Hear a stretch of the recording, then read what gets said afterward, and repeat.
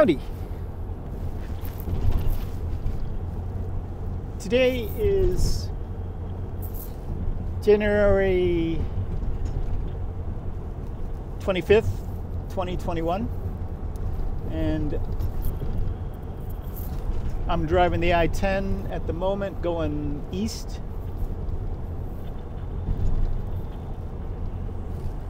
Out near Palm Springs and Palm Desert and all that. Thinking about driving up towards Joshua Tree, but we'll see. Yeah, I don't really know where I'm going right now. Just kind of following guidance. But I have an idea that's been demanding attention, so I figured I'd share it.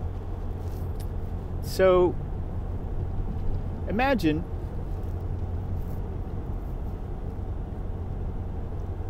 what the world will be like in 13,000 years.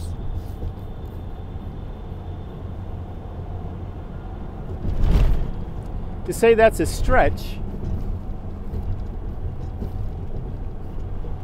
would be an understatement, given that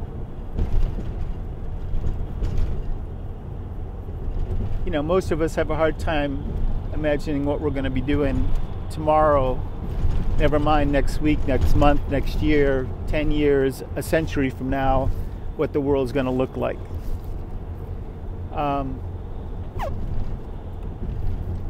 So imagine that you are alive 13,000 years ago.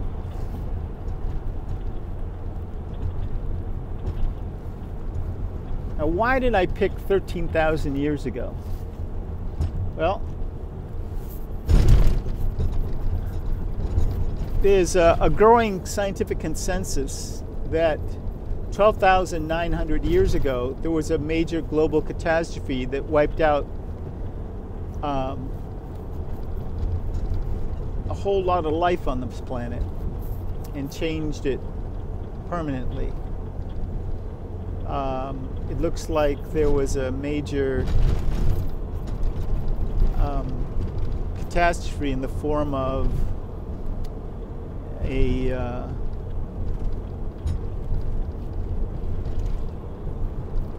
parts of a comet broke off and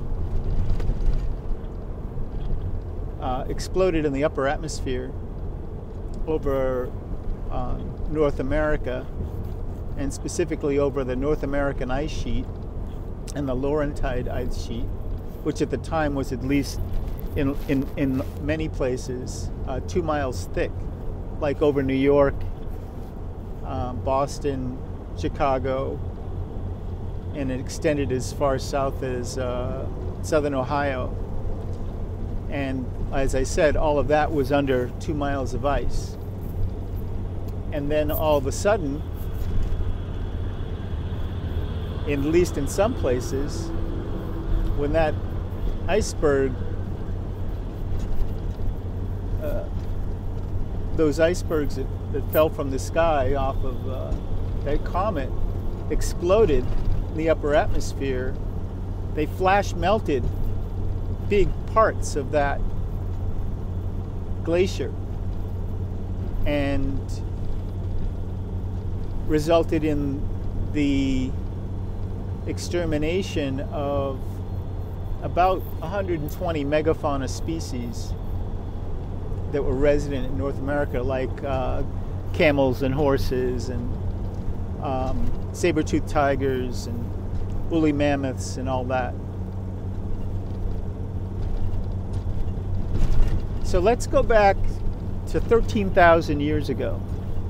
You're living in a world, and let's just for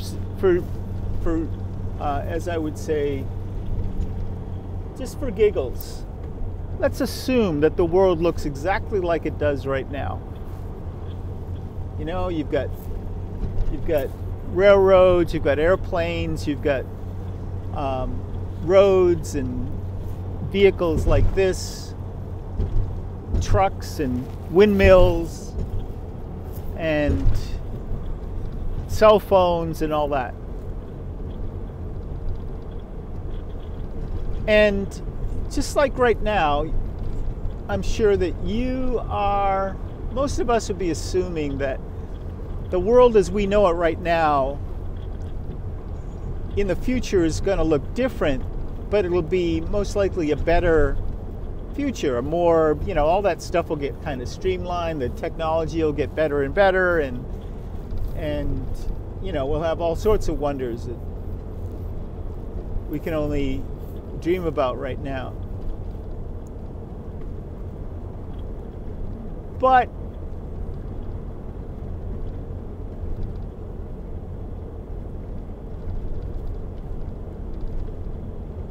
you weren't thinking that in a century, remember that you're living 13,000 years ago, that a giant ice ball is going to, you know, blow up in the atmosphere and wipe out a good swath of the planet.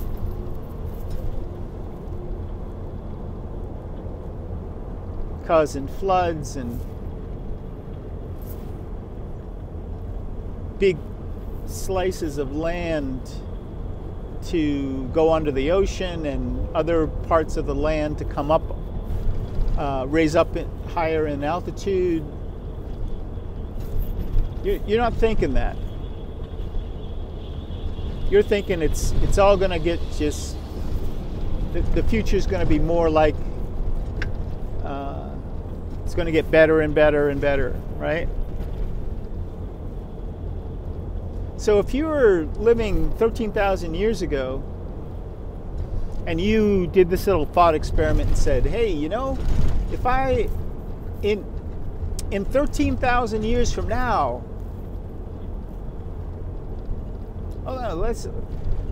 you're living 13,000 years ago, let's say 10,000. You look ahead 10,000 years. In 10,000 years,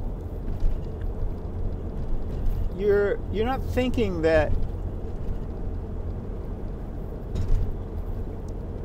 people will be owning one another.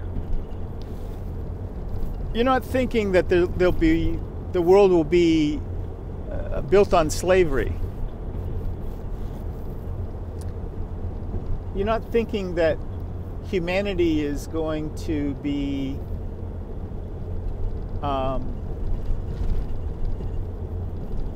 you know, scrounging out a living out of the dirt,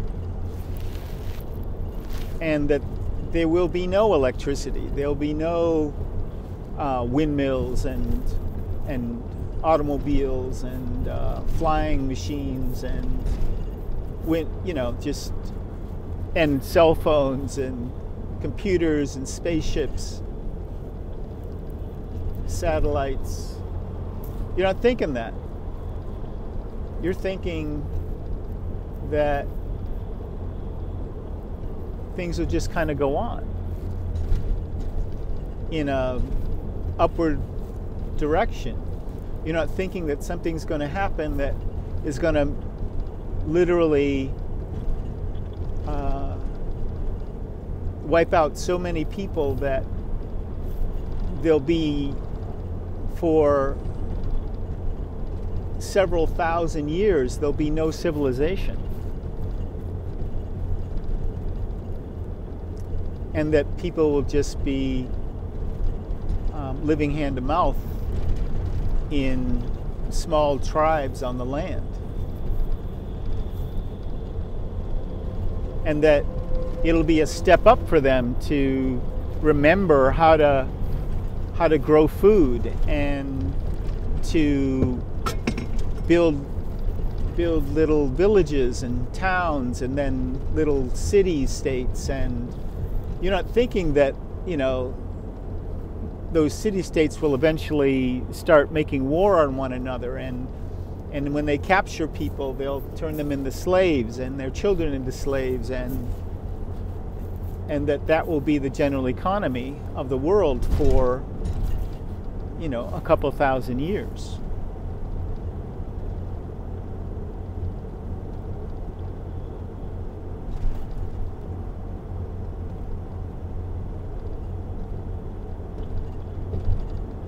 But that's what happened.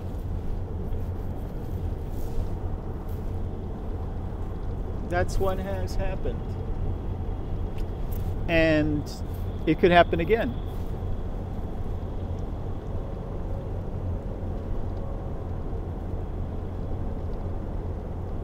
Another reason why I picked 13,000 years ago to play with is because there is a cycle that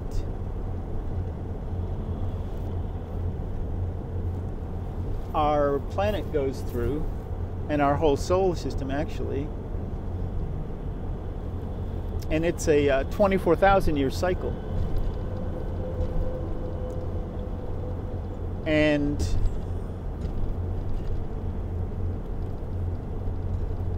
it's an egg-shaped orbit of the solar system moving around its supposed binary twin. And this orbit makes the Earth move closer to and further away from the galactic center over that 24,000 years cycle. And we were at the furthest point from the galactic center 1,500 years ago, around 499 AD. And we were at the closest point to the galactic center about 12,000 years ago. And according to the person who's done probably the most to promote this understanding through his study of these ancient Hindu scriptures, his name was Sri Yukteswar, and he was a famous Hindu Swami, but also a famous Vedic astrologer, Hindu astrologer, and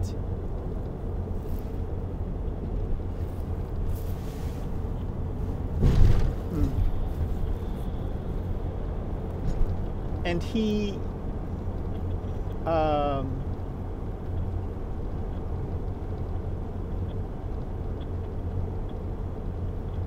according to his take on this, we are moving back towards the galactic center, and the whole significance of this cycle, and apparently the main reason why the ancients wrote about it and passed this information down to us, was because the significance of it is our capacity or potential for consciousness, the conscious potential of incarnate souls. Because according to him, the closer the solar system gets to the galactic center, the easier it is for incarnate souls to perceive and manifest divinity. And the further away from the galactic center, the more challenging it becomes. So that this 24,000 year cycle is divided into two parts. The ascending phase, the part where we're moving towards the galactic center, and the descending phase, when we're moving away from the galactic center. And the difference between the two is, in the descending phase, things kind of come apart.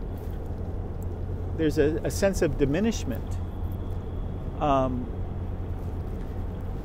And as we're in the ascending phase, as we move towards the galactic center, things begin to accelerate. Consciousness accelerates and expands.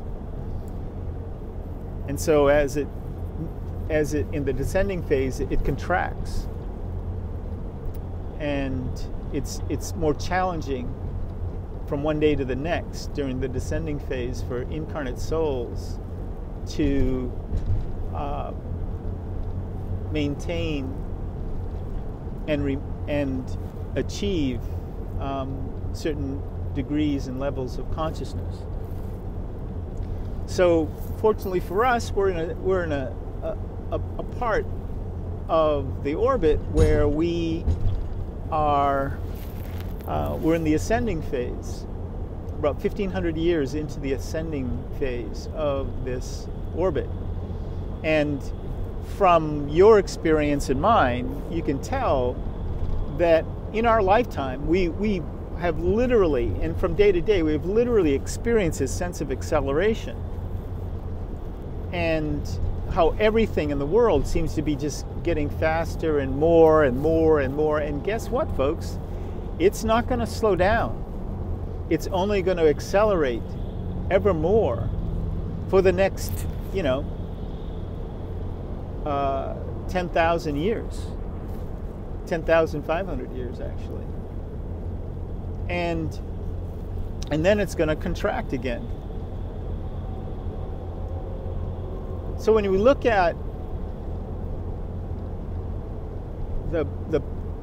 what was life like 1,500 years ago, it's literally the time when historians refer to as the Dark Ages. And it was a time when it was the fall of the Roman Empire, which wasn't the Roman Empire was built on slavery.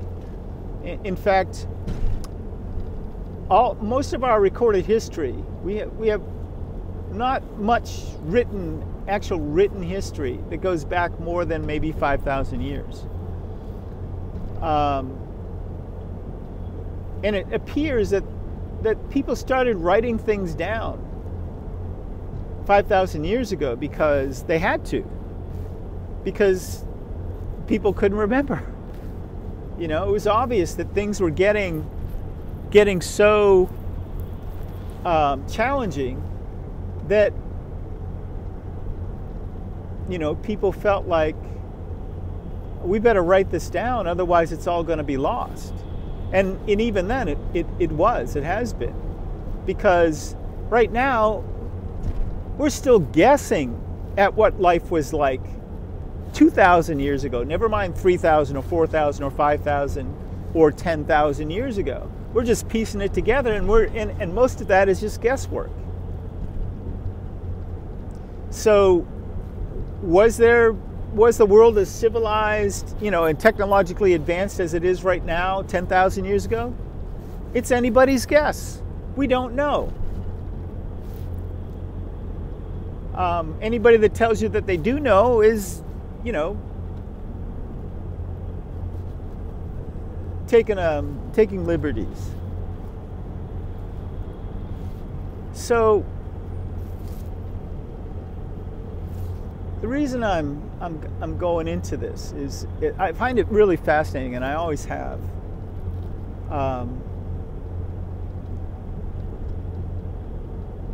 For several reasons. History itself, to me, is amazing, but when you get right down to it, it seems like we are all just trying to figure out what's happened. It's like we found ourselves here, and there's no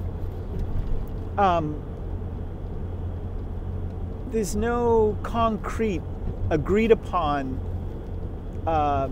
truth about what's transpired before. We're still figuring it out. We're trying to understand where we are and why we are and how we got here, and some of us are trying to figure out where we're going. But most of us are just here, trying to put one foot in front of the other. Baby steps. And very few people take the time to look back or look forward. And that's kind of been my thing, is to try to look back and look forward. And so that's how I've been spending the past, 60 years of my life. even as a 4-year-old, I was looking at the world through this lens of what is going on here. Just trying to understand why is it the way it is.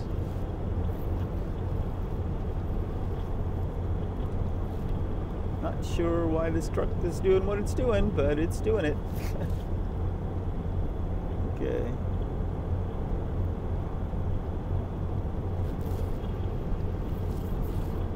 So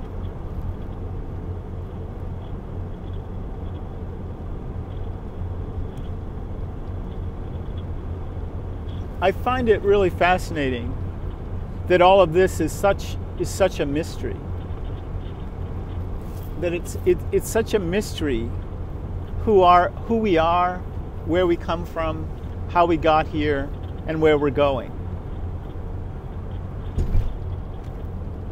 And it's amazing that anything is happening at all. That anybody that given that we don't know the answers to any of those questions, that we've managed to arrive at this moment, in January of 2021 with, over 7.83 billion souls on the planet. It took the last 12,000 years, 12,900 years at least, for this many people, for the world to build up enough infrastructure to support that number of people. And when I first started paying attention to the population of the world, the number of the population of the world was about 1993, 94, something like that. And there were only 5 billion souls on the planet then.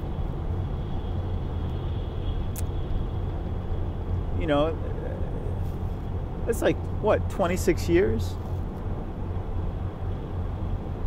26 years, 2 billion more souls. The first time there were over 1 billion souls incarnate was around 1900.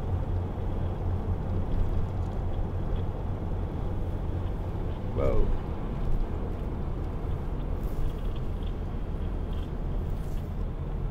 Getting squozed by semi-trucks. Well, alrighty then. Excuse me.